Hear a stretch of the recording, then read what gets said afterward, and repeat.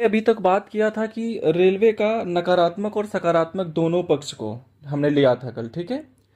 अर्थव्यवस्था पे ज़्यादातर नकारात्मक ही प्रभाव होंगे, लेकिन परिवहन का साधन आया, स्वदेशी उद्योगों का विकास हुआ, कुछ हमें रोजगार मिला, ये इसके सकारात्मक पक्ष भी हैं, ठीक है।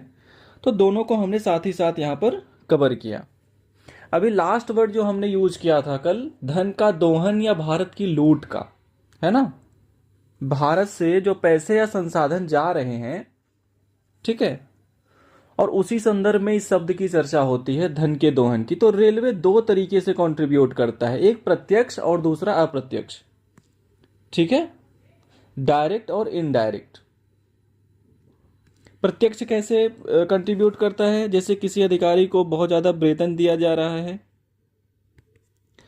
पता चला वो टूर पे जा रहे हैं ब्रिटेन, तो आज भी जाते हैं लोग स्टडी टूर पे, कुछ अध्ययन करने के लिए जा रहे हैं, भारत सरकार उनको फंड दे रही है, कुछ भी किसी तरीके की, है ना। तो वेतन बहुत ज़्यादा है, पैसे बचा के लोग भेजते हैं अपने अपने घर, अंग्रेज भी भेजा करते थे। रिटायरमेंट के बाद अच्छा पेंशन भी दिया जा रहा था।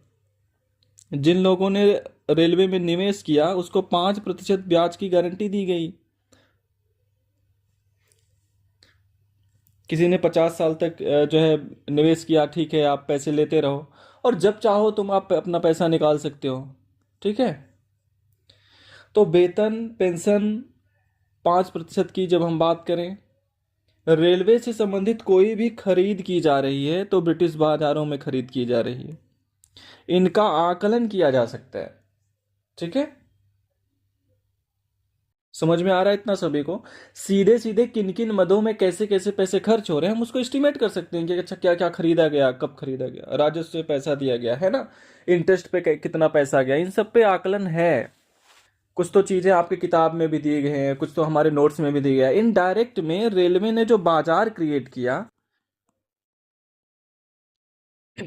ठीक है, जो भी प्रोडक्ट्स यहाँ बिक रहे हैं उसका प्रॉफिट हो रहा है भारत में, और जो कच्चे माल का जो निर्यात है वो बढ़ गया, इसके बारे में आकलन में कठिनाई होती है।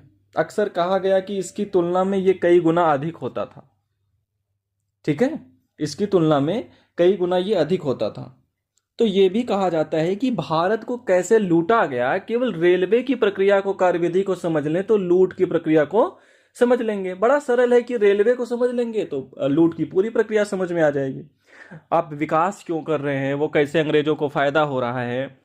तो लास्ट पैराग्राफ हमने जो यूज किया कि भारतीय अर्थव्यवस्था को ब्रिटिश अर्थव्यवस्था के अधीन या उसका पूरक सहयोगी, ब्रिटिश हितों को पूरा करने के लिए भारत इन सभी सेक्टर को प्रभावित किया गया, ठीक है। भाई ब्रिटेन का भी अपना एक उद्योग, कृषि, व्यापार है, तो हमारी चीजें ब्रिटेन के काम आ रही हैं, उनकी इकोनॉमी के काम आ रही है। उपनिवेशवाद का यही मतलब होता है, इसलिए अक्सर कहते हैं कि भारतीय अर्थव्यवस्था का उपनिवेशीकरण हुआ, ठीक है। तो ये सारे शब्द जो चेंज करके यूज किए जाते हैं, इन्हीं अर्थों में यूज किए जाते हैं। क्वेश्चंस का शब्द ही केवल चेंज होगा, कंटेंट तो यही रहना है, ठीक है। आर्थिक तौर पे हमें क्या फायदा मिला, ये पॉइंट तो हमने कल लिखा दिया था आपको साथ के साथ। रोजगार, परिवहन का एक नया साधन आया, कम से कम स्वदेशी उद्योगों का विकास हुआ, ये हमारे आर्थिक फायदे हैं। राजनीतिक और सामाजिक लाभ भी हुआ रेलवे के आने से। सरकार की यह सोच नहीं थी, या अंदरूनी तौर पे ये कभी नहीं चाहते थे कि हमें इस तरह का फायदा हो, लेकिन ऐसा हुआ है कि मुनाफा कमाने के लिए आपको निवेश करना पड़ता है। कई विद्वान ऐसे कहते हैं कि पूंजीवादी व्यवस्था में मुनाफा कमाना है तो और मुनाफा के लिए और निवेश करना है आपको, लेकिन उसके दूसरे परिणामों को आप रोक नहीं सकते हैं। लोगों को आने जाने से नहीं रोक सकते हैं, मिलने से नहीं रोक सकते हैं, विचारों के आदान प्रदान तो होगा ही होगा जब लोग मिलेंगे। तो अक्सर कहा जाता है कि घूमना फिरना या शहर की हवा व्यक्ति की सोच को आज़ाद बना देती है, या व्यक्ति को आज़ाद बना देती है। बहुत पुरानी कहावत है कि भाई बच्चों को पढ़ाइए, जो शहर में उनको बसाइए, उनकी सोच बदलेगी। देखने से भी बहुत सारी चीज़ें लर्न कर लेता है इंसान। तो इसका एक फायदा मिला जब रेलवे आया। अभी दूसरा पक्ष धीरे धीरे और भी आता जा रहा है। इस समय सोशियो रिफॉर्म मूवमेंट हो रहे थे हिंदुस्तान में। भारतीयों के द्वारा अखबार निकालने की प्रक्रिया शुरू हो गई थी, राजनीतिक संस्थाएं बनने लगी थी इस समय तक। अभी अलग अलग क्लासेस में हम इसको समराइज करेंगे, आपको कनेक्ट करेंगे इन चीज़ों को।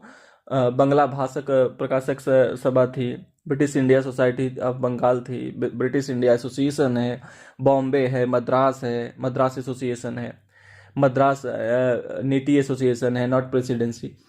रेलवे के आने से पहले ये सारी संस्थाएं बन चुकी थी, है ना। और जैसे जैसे रेलवे का विकास होगा वैसे वैसे और भी संस्थाएं हैं, तो नेताओं में भी आदान प्रदान शुरू हो जाए। जैसे 1866 में ईस्ट इंडिया एसोसिएशन की एक नाम से खुलेगा, लंदन में उसका ब्रांच होगा और उसकी शाखाएं यहाँ के प्रमुख शहरों में होंगी। तो हर शहर के नेता जुड़े हुए हैं और एक दूसरे से मिल रहे हैं, संपर्क कर रहे हैं। रेलवे नहीं होता तो शायद वो गति नहीं मिलती। ठीक है, तो ये तो है ही, रेलवे के आने से हमें भी फायदा मिला। ठीक है, नोट करके लिखो आप, जरा लिख लो आप।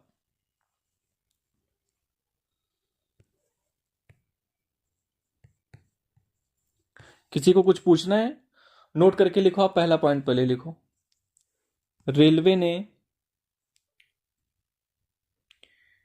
या रेलवे का भारत पर सकारात्मक प्रभाव। रेलवे का भारत पर सकारात्मक प्रभाव, इसमें 3 पॉइंट्स बना लेना।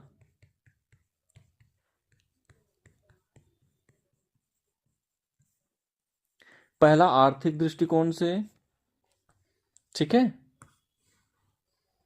पहला आर्थिक, ये ऑलरेडी आपको दिखाया जा चुका है। आर्थिक दृष्टिकोण में जो इसके 3 पक्ष होंगे, उद्योग, स्वदेशी उद्योग, परिवहन, परिवहन और रोजगार।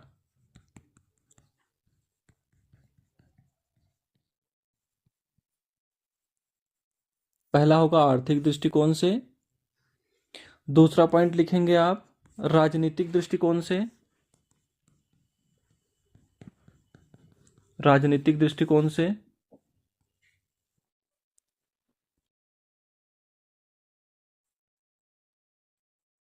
राजनीतिक दृष्टिकोण से आप लिखेंगे। इसमें आप 2-3 पॉइंट्स बना लें। राजनीतिक नेताओं एवं संस्थाओं के मध्य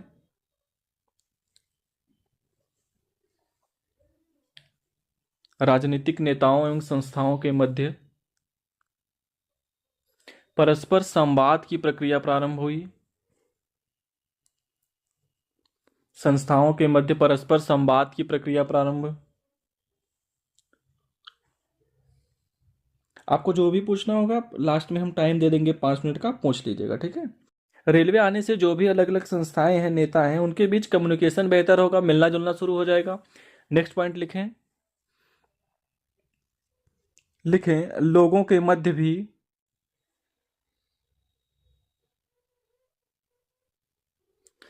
लिखें लोगों के मध्य भी अंतःक्रिया, इंटरेक्शन,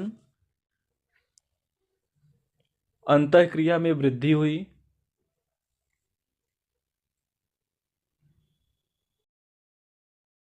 अंतःक्रिया में वृद्धि हुई। नेक्स्ट लिखें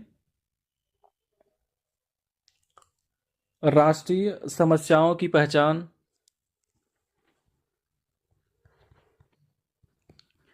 राष्ट्रीय समस्याओं की पहचान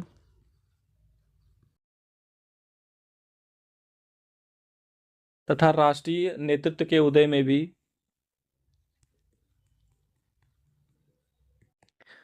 नेतृत्व के उदय में भी रेलवे का योगदान देखा जा सकता है।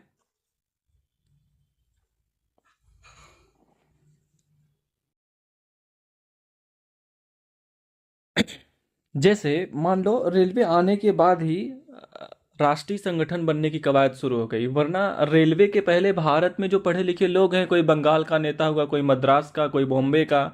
रेलवे आने के बाद ही नेताओं की पहचान एक अखिल भारतीय स्तर पर शुरू हो गई, क्योंकि वो यात्रा कर सकते हैं, वो स्पीच दे सकते हैं, है ना। उनकी बातों की स्वीकारता दूसरी क्षेत्रों में भी शुरू हो गई।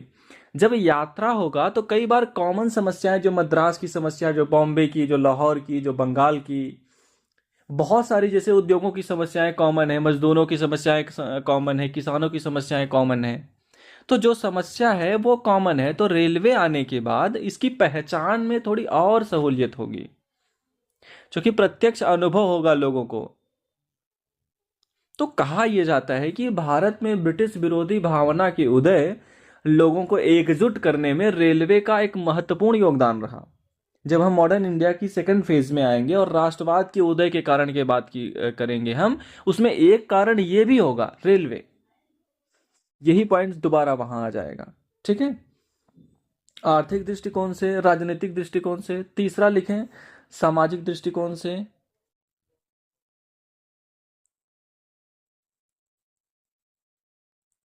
सामाजिक दृष्टिकोण से लिखें, जातिगत एवं धार्मिक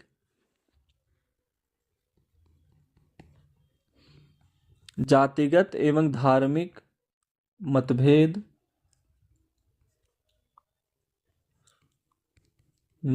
या दूरियों को कम करने में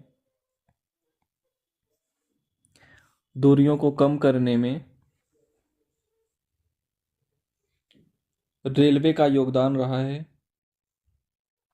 जातिगत धार्मिक मतभेदों को कम करने में रेलवे का योगदान रहा है।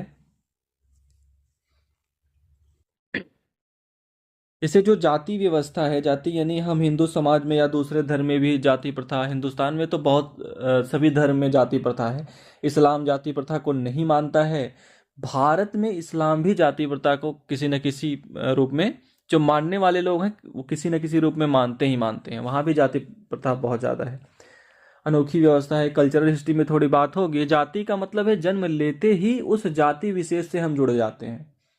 विवाह को लेके, खान पान को लेके जातिगत बंधन होते हैं हमारे समाज में। ठीक है, ये प्राचीन भारत में वैदिक काल के बाद बुद्ध काल से कहा जाता है कि परंपरा चली आ रही है भारतीय समाज में।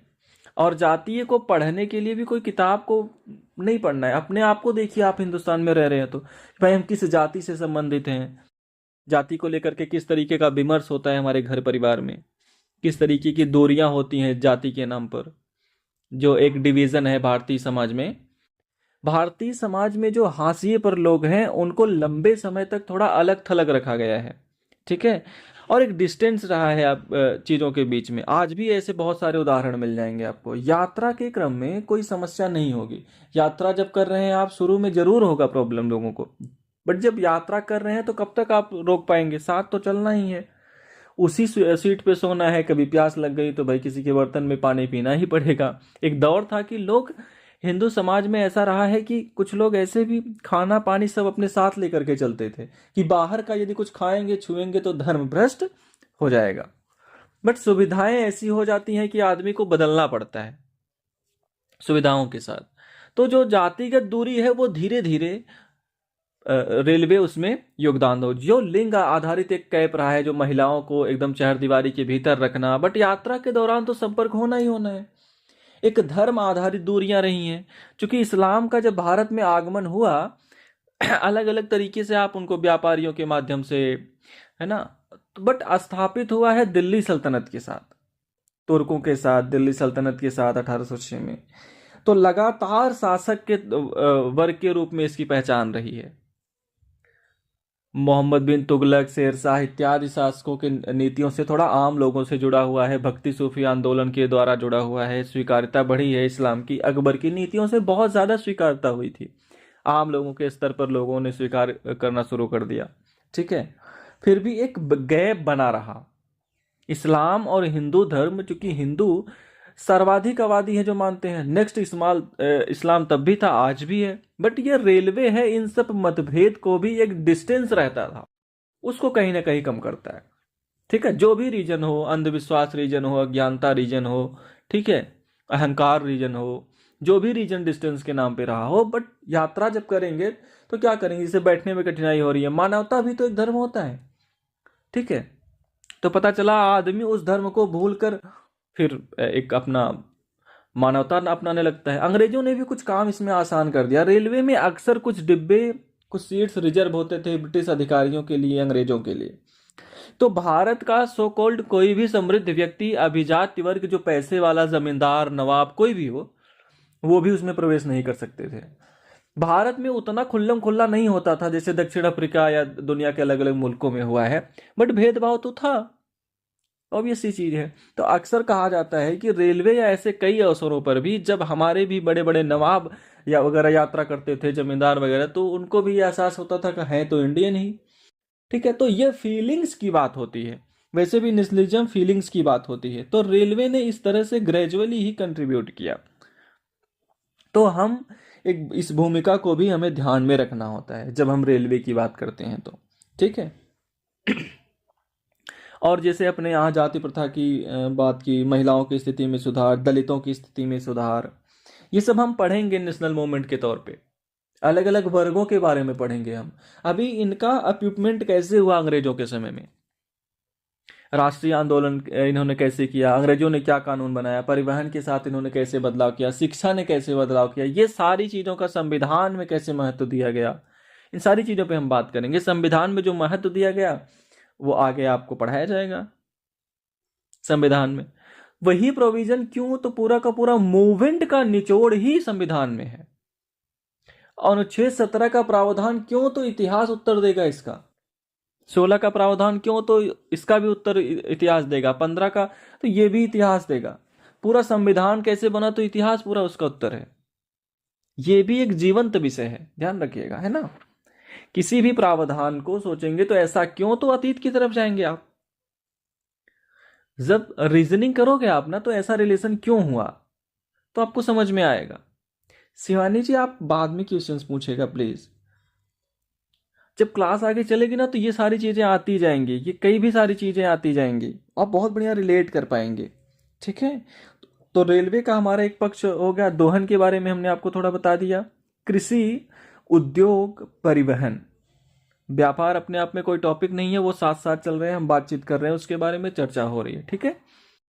परिवहन में रेलवे की बात हो गई। अब हमने कहा था धन का दोहन, अकाल और इकोनॉमिक पॉलिसी ओवरऑल। 200 वर्षों की इकोनॉमिक पॉलिसी के बारे में एक छोटा सा व्यू जो हम पढ़ रहे हैं, उस पर एक निष्कर्ष के तौर पर नेक्स्ट टॉपिक लिख लो आप, धन का दोहन, रेन ऑफ वेल्थ।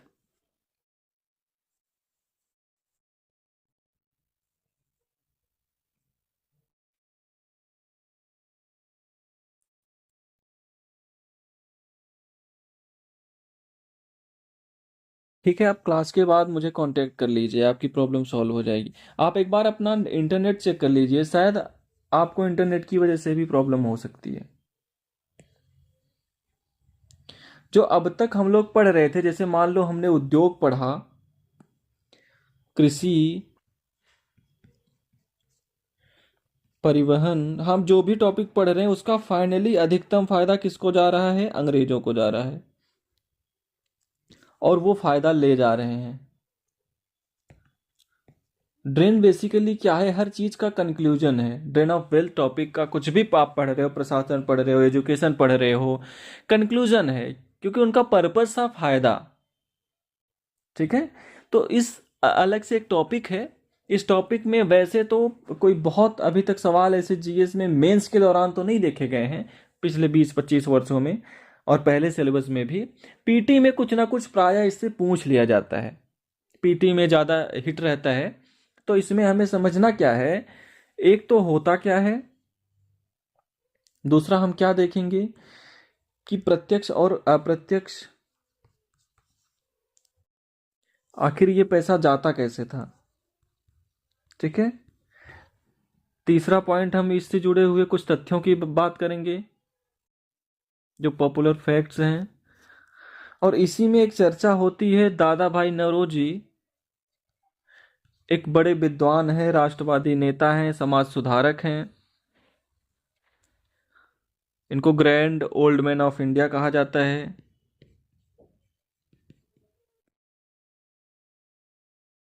इनकी एक ड्रेन थियरी की चर्चा होती है। ठीक है। और दूसरे शब्दों में आर्थिक राष्ट्रवाद, तो जब मैं राष्ट्रीय आंदोलन पढ़ाऊंगा उसमें नरम दल के बारे में भी पढ़ाऊंगा, तो वहां मैं इसका उल्लेख करूंगा। ठीक है। आर्थिक राष्ट्रवाद। ठीक है। पहले आप लिख लो धन का दोहन क्या है। पहले आप लिख लो धन का दोहन क्या है। लिखो, किसी देश से धन या संसाधनों का, किसी देश से धन या संसाधनों का किसी दूसरे देश में एक तरफा प्रवाह, एक तरफा प्रवाह, एक तरफा प्रवाह, अर्थात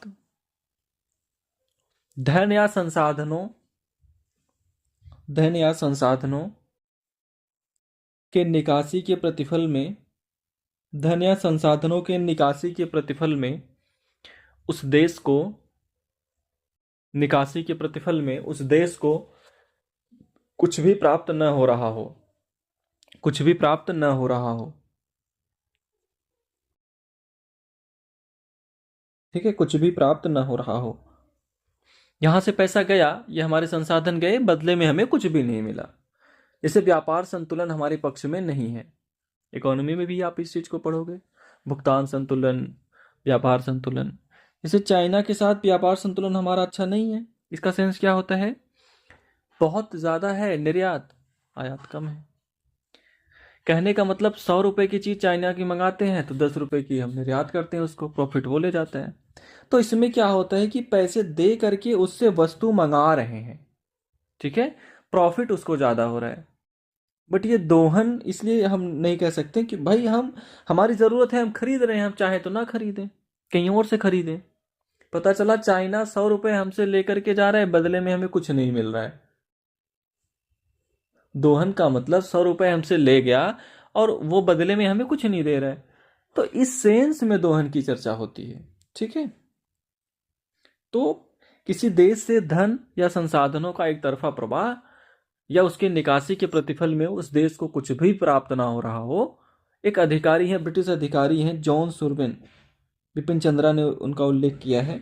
वो कहते हैं कि भाई हमारी नीति कुछ ऐसे काम करती है कि गंगा के तट से अच्छी चीजों को सोख कर, ठीक है, गंगा के तट से अच्छी चीजों को सोख कर टेम्स में ले जाकर हम छोड़ देती है, ठीक है। मतलब उन्होंने बहुत बढ़िया से पूर्ण उन्होंने रेवेन्यू के बारे में बात किया है। बहुत बढ़िया स्टेटमेंट है। जैसे मान लो यही स्टेटमेंट है, इसका सीधा सा मतलब है कि चाहे कृषि हो, व्यापार हो, उद्योग हो, परिवहन हो, गंगा कहने का मतलब भारत, गंगा कहने का मतलब उत्तर भारत मत लीजिएगा। सिंबॉलिक मतलब होता है गंगा के तट से अच्छी चीजों को, ट्रिम्स कहने का मतलब पूरा ब्रिटेन, ठीक है। तो हर नीति का अल्टीमेट गोल है अंग्रेजों को फायदा पहुंचाना। इसे आपसे कहा जाए ब्रिटिश आर्थिक नीतियों का मुख्य उद्देश्य ब्रिटिश अर्थव्यवस्था के लिए लाभदायक बनाना था। तो धीरे धीरे आपने बहुत सारी पॉलिसी तो पढ़ ली, कृषि, व्यापार, उद्योग वगैरह सब कुछ। इसको ऐसे ना कह करके हम ऐसे कह दें कि भाई अंग्रेजों के स्टेटमेंट दे दिया, गंगा के तट से सोख कर, ठीक है, और टेम्स में ले जाकर छोड़ देना। तो जब हमने पहले भी समझाया कि लेवल 1 जो समझता है ठीक से, वही लेवल 2 3 को भी क्रैक करता है। जो शब्दों के स्टेटमेंट का मतलब होता है सिंपलीफाई करना, उसको ये कहना क्या चाह रहा है ना, ठीक है। ऐसे बहुत सारे स्टेटमेंट मिलेंगे।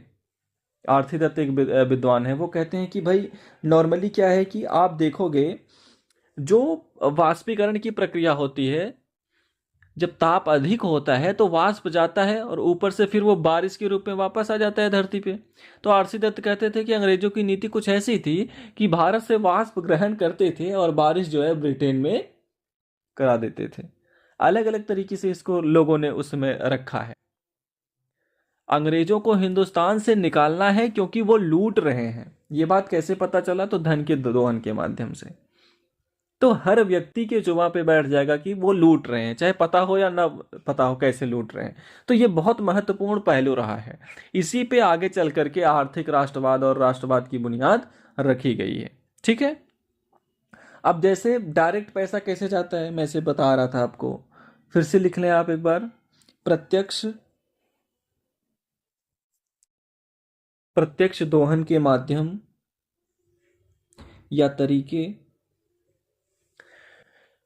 प्रत्यक्ष दोहन के माध्यम या तरीके, पॉइंट्स में लिख लो आप। पहला पॉइंट्स लिखो, ब्रिटिश अधिकारियों ब्रिटिश अधिकारियों को वेतन एवं पेंशन, ब्रिटिश अधिकारियों को वेतन एवं पेंशन। देखो नेक्स्ट पॉइंट, सरकारी ऋणों पर ब्याज, लोन की बात कर रहे हैं, सरकारी ऋणों पर ब्याज। ऋण तो लौटाए नहीं गए हैं, ऋण लिए, जैसे सरकार सरकार से जो है ब्रिटिश उद्योगपति वगैरह ऋण लेते थे, यहाँ से उसकी आज़ादी की रेवेन्यू से करना या उसके बदले में इंटरेस्ट देना। अगला पॉइंट लिखो, कंपनी की शेयर होल्डरों को लाभांश, शेयर होल्डरों को लाभांश।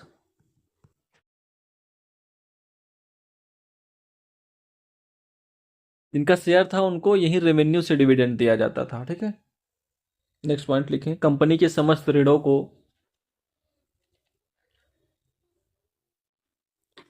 कंपनी के समस्त ऋणों को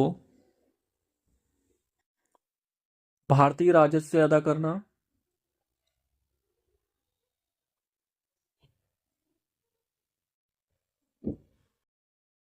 नेक्स्ट लिखो, भारतीय प्रशासन के नाम पर ब्रिटेन में किया जाने वाला व्यय, भारतीय प्रशासन के नाम पर ब्रिटेन में किया जाने वाला व्यय। ये सब अभी हम पढ़ेंगे इस टॉपिक के बाद, ठीक है, कि ब्रिटेन से पैसे के भारत का प्रशासन चलता था, जहाँ से शासन होता था उसको इंडिया ऑफिस कहते थे।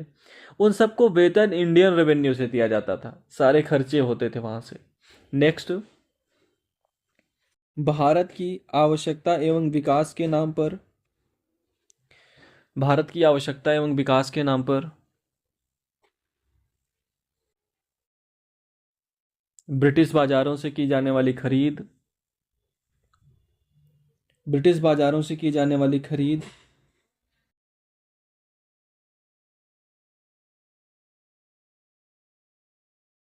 ब्रिटिश बाजारों से जो भी जरूरत होती थी खरीदते थे, जैसे भारत की जरूरत है यहाँ से रेवेन्यू से पैसा दिया जाएगा।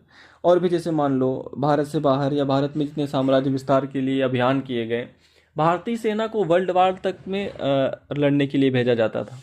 First world war, second world war, Crimea का युद्ध, अफगानिस्तान में, वर्मा में।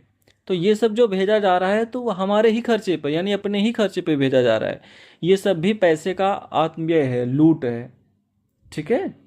शुरुआती दौर में तो कंपनी क्या करती थी कि ब्रिटिश संसद के सांसदों को खूब पैसे दिया करती थी, इनलीगल तरीके से, अवैध तरीके से, हमारे पक्ष में पॉलिसी बनाओ।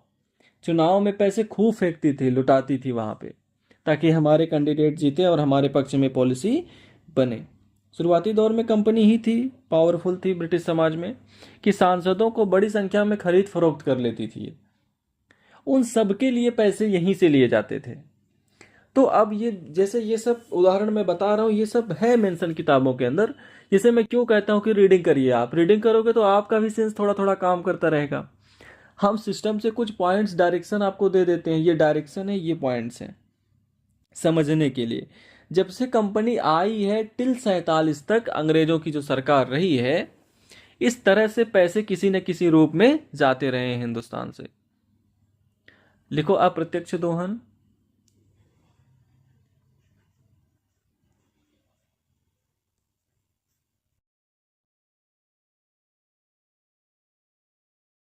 यहां से कच्चा माल खरीदना, वो भी हम अपने ही पैसे से, यहीं के पैसे से, फिर वहां तैयार करना, फिर उसको यहां ला करके बेचना, ठीक है। ये बहुत फेमस कहावत है कि मछली के तेल में मछली को भुनना, फ्राई करना, ठीक है। कुछ वैसा ही था, है ना, बार बार फ्राई करना, ठीक है। अब लिखो अप्रत्यक्ष दोहन, इनडायरेक्ट ड्रेन।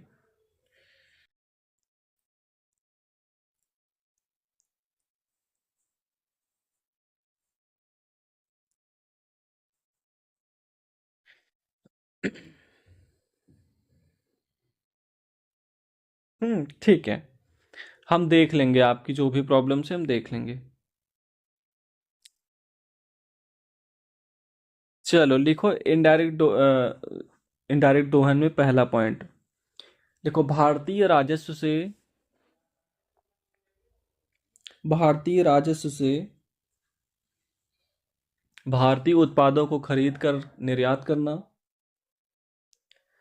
भारतीय उत्पादों को खरीद कर निर्यात करना,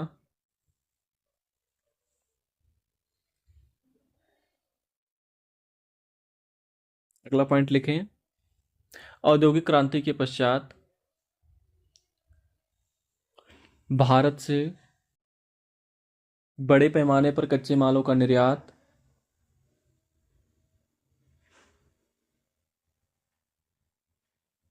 कच्चे मालों का निर्यात। नेक्स्ट लिखो, भारत को बाजार के रूप में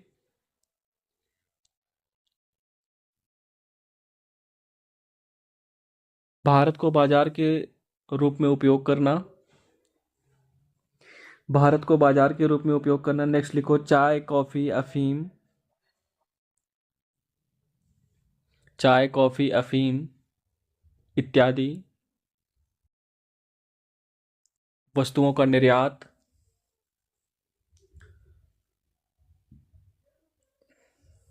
जैसे अफीम का एग्जाम्पल हमने पहले भी बताया था, आप एग्जाम्पल को दोबारा से ध्यान रखना। भारत के सरकारी नियंत्रण में अफीम की खेती कराई जाती थी। पॉलिसी चेंज खूब होती रही है, ऐसा नहीं है कि एक जैसी पॉलिसी रही है। सरकारी नियंत्रण में खेती होती थी बिहार, बंगाल, मध्य प्रदेश वगैरह में, और फिर उसको कंपनी के कर्मचारी वगैरह क्या थे, उसको चाइना के जो लोग होते थे उनको इलीगल तरीके से वहाँ एक्सपोर्ट करते थे। अफीम चाइना पहुंचा, फिर जो रेवेन्यू मिला उससे वो चाय, रेशम वगैरह खरीद कर यूरोप पहुंचाते थे। तो वो एक तरीके से रेवेन्यू ट्रांसमिट हो गया भारत में, पूरा का पूरा प्रोडक्ट ही चला गया। चाय कॉफ़ी की आदत पड़ गई थी उनको, तो दुनिया के अलग अलग मुल्कों से आयात भी करते थे, तो भाई महंगे दाम पर लेते थे। तो भारत में खेती शुरू की। खेती जब शुरू की तो जो भी बागान का जो विकास हुआ सब भारतीय राजस्व, हमारे पैसे से हुआ। बहुत कम कीमत पर यूरोपीय व्यापारियों को बेचा गया, मजदूरों से जबरन वहां काम कराया गया, और जो भी बेच करके मुनाफा होता था वो सब अंग्रेजों के पॉकेट में जाता था। इसलिए हमने स्पेशली अलग से चर्चा की अफीम, चाय। हमने कहा आकलन थोड़ा मुश्किल होता है, आकलन इनके बारे में भी किया जाता है। तो ये है अप्रत्यक्ष दोहन, ये चलता रहेगा। अप्रत्यक्ष दोहन जो है चलता रहेगा। अगला पॉइंट लिखें इसी में, लिखो 19वीं सदी के उत्तरार्ध में 19वीं सदी के उत्तरार्ध में परिवहन सिंचाई उद्योग, खनन इत्यादि क्षेत्रों में बड़े पैमाने पर पूंजी निवेश किए गए।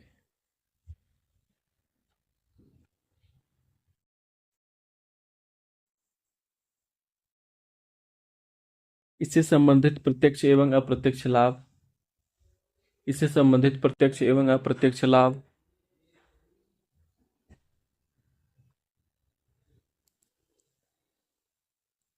ठीक है, बस इसको ऐसे ही, जो भी इसका फायदा, जैसे रेलवे ही मान लीजिए आप, सिंचाई का हमने जिक्र किया, उद्योग का हमने जिक्र किया, वो अलग अलग हम आपको बता चुके हैं। बस उसी को एक बार समराइज कर दिया भाई। यहाँ पे देखो एक बार, जितना भी फायदा हो रहा है अंग्रेजों को जा रहा है, ठीक है, प्रत्यक्ष अप्रत्यक्ष लाभ, तो इसको लेते हैं। अब पैसे की कमी होगी तो हम जैसे कहेंगे कि पैसे की कमी बहुत ज़्यादा होगी, तो अर्थव्यवस्था पर इसका क्या प्रभाव पड़ेगा, कृषि पर क्या प्रभाव पड़ेगा। जब पैसे की कमी होगी, जो पैसा जो सरकार निवेश नहीं करेगी, तो कृषि को कैसे नुकसान होना है। सिंचाई में कम निवेश हो रहे हैं, आधुनिकीकरण में कम निवेश हो रहे हैं, उन्नत बीज अनुसंधान वगैरह पे निवेश कम हो रहे हैं। कृषि से ज़रूरत होगी अन्य आधारभूत ढांचा, वो सब पिछड़ जाएगा पैसे के बिना। ठीक है।